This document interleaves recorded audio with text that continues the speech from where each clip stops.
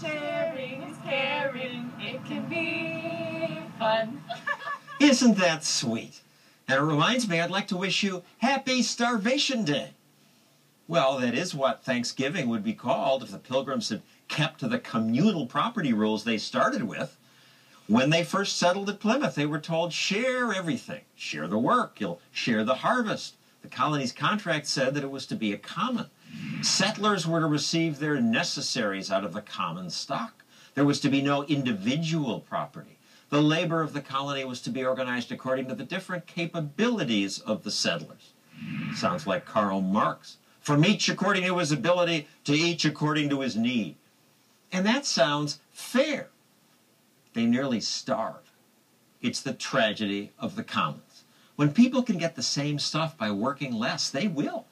Plymouth settlers faked illness rather than work the common property. The harvest was meager, and for 2 years there was famine. But then they dropped the commons idea. The colony's governor, William Bradford, wrote, they should set corn, every man for his own particular, assign to every family a parcel of land. The results were dramatic. This has had very good success. It made all hands very industrious. Much more corn was planted. Instead of famine, plenty. Thanks to private property, they got food.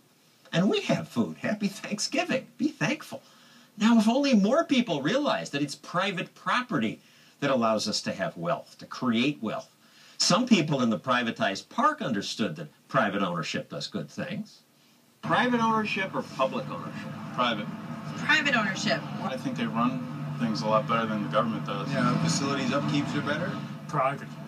Others had to have it explained to them. So You said private was not so good. You got me there. The private managers delivered when government didn't. What private property does, as the Pilgrims discovered, is connect effort to reward. That creates an incentive for people to care much more and protect things.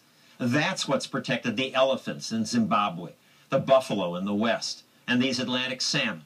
It's what saved the Pilgrims.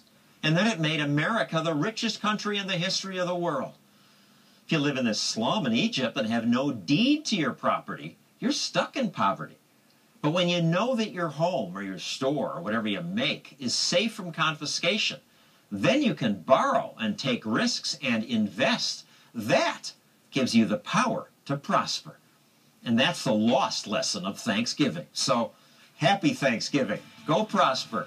Have a nice weekend and good night.